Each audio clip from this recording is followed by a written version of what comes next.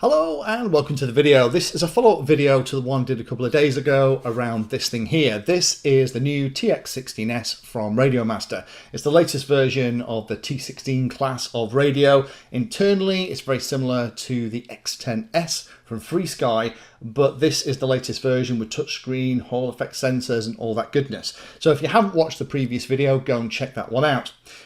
In that video, it's not a review because I haven't had it long enough for a review, so anyone claiming to do a review after having a radio for a day, I'd be suspicious of. But as a first look, I did ask whether or not you had any specific questions you wanted me to have a look at. I had a great response, so thank you to everybody that made the effort and put some really great questions in there. I've collected all those together and gone and done some research and testing here, and I've also been in touch with RadioMaster themselves, and need to say a big thank you to Ben and the gang over there for answering some of these as well. So I'm going to run through these at a reasonable pace, hopefully give you all the answers. I'm going to put indexes below, time indexes, so if you have a specific question or the question was yours, you can jump straight to that one. Or if you just want to kind of sit back with a cup of coffee, I'll kind of go through all of them and hopefully you'll learn everything you wanted to know but were afraid to ask about this new radio. First question is, does it support all the Lua scripts? Yes, it does. Anything that's written for the X10S for the T16 is going to work on here as well. I use a lot of things like the Yaapu telemetry scripts for my iNav wings and also for things like Ardu Copter and Ardu Plane. So if there is a version that's written for the T16 or the X10S, it's probably going to work on here as well without a problem. Just put it on the SD card, which you can access through the bottom, and away you go. Next good question, and one that I was interested in getting the answer for, because I downloaded the latest version of Companion that's available and the support for this wasn't there. However, it is in the nightlies of 2.3.8 of OpenTX Companion, so it looks like the next version has going to have native support, and that means we'll be able to do everything that we can do with all the other OpenTX powered radios. Connect to it, copy models, edit things, copy them across. And that also means, for those asking, can you copy models between them? Once this radio is explicitly supported in OpenTX Companion, then we can drag and drop models from other radios as well. And that's what I'm excited about. I'm definitely going to do a video when that's available, because I'll be backing up a lot of my models from my primary radio, my Taranis, onto here in the event that something horrible goes wrong with that radio. This is going to be my lifeboat. Good question is about when will the touchscreen be supported. Some people made a great comment about the fact that the touchscreen seems a bit redundant because we have the navigation buttons here, we have kind of the return, the telemetry, page backwards and forwards, we have the rotating control with the enter button, we have the button here that takes you into the model menu, button here that takes you into the system menu. We've got more than enough buttons, right? And I kind of get that. I quite like the tactile feel of those, but it's going to be interesting to see when the screen is supported. Unfortunately, that isn't going to be OpenTX 2.4, I think it is, before we see that burst into life. But when it does, again, I'll do some videos on it. Hopefully, we're going to have some nice touch controls on there, and hopefully the screen is going to be sensitive enough to have a play. I believe in upcoming OpenTX updates, there will be the ability to kind of test the screen within the menu, but how it's going to be integrated into OpenTX and work with navigation is yet to be seen. Another good question about, does the folding handle fit? I've not used the folding handle on, I'm guessing that's from the Jumper product. The mountings look exactly the same, so if I get one in, I will have a go. If this radio is as successful as I think it's going to be, I won't be surprised if RadioMaster will start making specific things for this radio if you want to bling it out. Again, if those kind of things come out, I'll try and get them in here and show them on the channel. And that leads me on to the next question. How do the plastics feel? The plastics themselves aren't bad. They're kind of mid-level. They're not really high-end plastic feel, but they're very much kind of, if you have a FrSky Taranis, it kind of feels like that. Feels, I would say, slightly nicer than my very first Jumper T16 radio. But I think they've gone, I think also the color helps here. That kind of black matte finish that they've got makes it look a little bit more purposeful, and I quite like the darker radios like this. I know there have been comments around having a lighter coloured radio for places that have an awful lot of sunshine. Living in the UK, I definitely don't have that problem, But at the moment, this is the version that's available in this black. Again, let's keep our fingers crossed that we start to get different variants and options available as this thing takes off.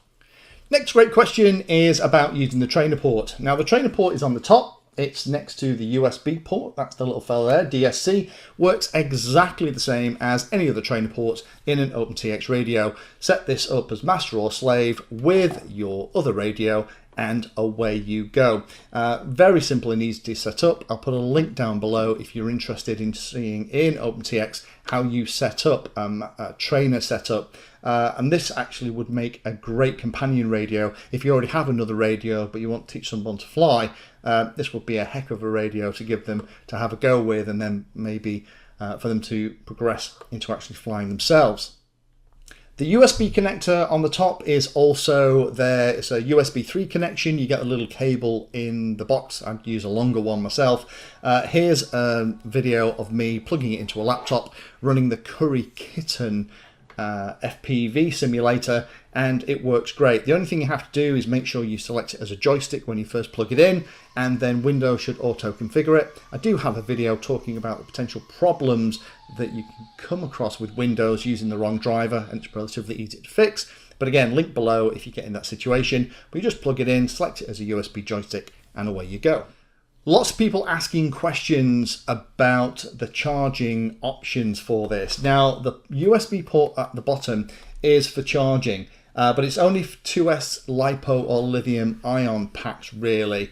There is a little bit of information in the manual. There is also a little bit of information. There's a sticker in the battery compartment to let you know that's the case. You ideally want whatever's in here for a maximum voltage of about 8.4 volts. So that's kind of a 2S LiPo or a couple of lithium ion batteries. The 18650 is what I'm using here at the moment. Next question is around the antenna. Is the antenna removable? Sadly, it's not. It's actually, although it kind of swivels about, it is molded into the top piece here. Talking to the RadioMaster guys about that, partly the reason for that is around FCC compliance. If it was removable, then the FCC would see that as a non-standard or non-readily available connector, and they would get into trouble. So what they've done is it's fixed, but there is a UFL connection on the antenna to the protocol module inside. So if you are lucky enough to snap this off, then there is that UFL connector, you can get a replacement and just snap that back in.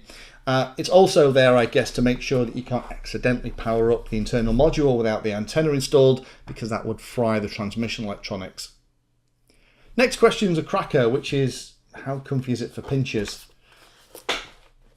For thumbers, because of the way it kind of, I can see the way I'm using it at the moment is kind of with my hands around these, it's really quite nice. You can get full throws without any problem. Because of the slightly thicker back plate here, it does work for pinchers, but it's the same as the other T16s. There are other radios I think are nicer for pinchers than this. Although it absolutely works, you might kind of want to have a play with where you want your fingers, because for me, I almost want to have my fingers kind of almost in these other switches in order for me to be in a position where I can get full throws. So if you're a pincher, it's probably worthwhile getting any one of the TX or T16 style radios and having a quick play. But the extra ergonomic grip on the sides, although it makes it fantastic for thumbers, I think that's a consideration if you are a pincher.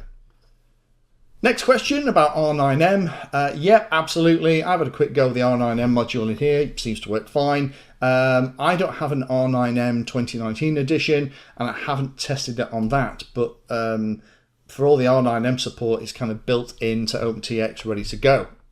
How are the controls and sliders? Now, let me kind of talk a little bit about this, because this I think is a weak point of all these radios, not just this particular version. The side slider has a gentle indent for the middle position. Now I prefer the sliders on my Tyrannus, which are kind of little things that point backwards, and it gives you much finer control. This again doesn't have a huge range of throw. The indent in the middle is pretty soft. If you're using it for something like a gimbal, it's okay, but I think there could be better versions, having a bit more throw, or having maybe it come out a little bit more might give you a little bit more precise control. In terms of the other rotary controls, both of them have a middle detent position, so those are kind of nice as well. So nothing sadly changed in terms of those controls. They're okay, but they're only okay. Had a question about, well, hang on a minute, in the first video you talked an awful lot about the FrSky Tyrannus, or FrSky Tyrannus, and you talked an awful lot about the Jumper T16. Why do you keep comparing it to those radios? Worth a comment. The reason is that at first glance, this is just another T16, right? And I was quite keen to show that it has a number of key differences and to be clear about what those were. Similarly, I'm one of those pilots who have had my FrSky Tyrannus. I use things like Crossfire a lot with a full speed inverter. I use CRSF and fly Crossfire lots and lots. And I want a radio that has a full speed inverter that I can go to when I want all of these controls. Now, I have played with things like the Tango 2. I've got one of those. It's a great little radio, but for running telemetry scripts and all that kind of goodness, something like this is going to be more up my street for those times when I need a slightly bigger radio. And unfortunately, in the FrSky line, they have neglected to do things like put full speed inverters at the back for supporting things like full speed Crossfire. And for lots of people that are in the same boat, their Tyrannuses are coming to the end of life, and there are key features like that that they want to retain, and it's kind of what options are available. So that's kind of why I've talked about those two radios as part of that initial review. Hopefully that explains why. Next question, can you convert it from mode 2? Obviously mine came mode 2. Yep, you absolutely can. You can take the back off. There's only 4 screws. So there's 2 at the top and there's these 2 at the bottom as well. And you just have to take out these 2 bolts and this whole kind of canopy or this cover pops off, and then the back just kind of comes off in your hand and you've got access into the gimbals, and then you can change everything around. There's a link to a video on the Hobby Portal website. I'll put it below. So if you want to change it to another mode, you can absolutely do that by getting into the internals and changing the way the gimbals want to work. Next question was a great one, and I should have done it in the first video, so thank you to who asked for this. How does it balance from the strap? Now, I have my 18650s in here. Look at that. I could use it as a plumb bob. I could build a wall. It's that level. So with 18650 batteries in the battery bay, it actually sits really nicely. It's neutrally balanced on that little hook at the front. So if you like to have the battery strap around your neck and you're worried about that, it's a great radio for using it in that way. And the last question I got that I'll cover in this particular video is, does it support FrSky D8 mode? Oh yes. Now, be aware that some of the modes and some of the settings in the menus may not be legal in the places that you are. D8 hasn't been something that we should be using in the European Union for a long time. But if you are able to use it, then you can absolutely get to it in here. There's DSM, FrSky, FlySky, loads and loads of different versions of protocol in here. So I am quite excited that I'm going to be able to use all those orange receivers that I've got in the spares bin in little park flyers and bind them to this and use them to fly. So hopefully that's been useful for those of you that asked those questions. We've been going for about 15 minutes now. Again, stay tuned. I'll put a link to the playlist below. I'm going to continue to fly with this and put it through its paces. But at the moment, everything I try to do with it just works. Let's hope that continues to be the case. Again, if you have any other questions, pop them down below. And if I get enough of them, I can do another chat with the guys at Hobby Porter and put another video together and cover those too. Thank you for watching my video and watching right to the very end. If you want to find out what I'm currently working on, you can follow me on social media by searching for Painless360 in the usual places. If you'd like to become part of the inner circle, then you can become a Patreon. Details are in the description and you get lots of additional benefits.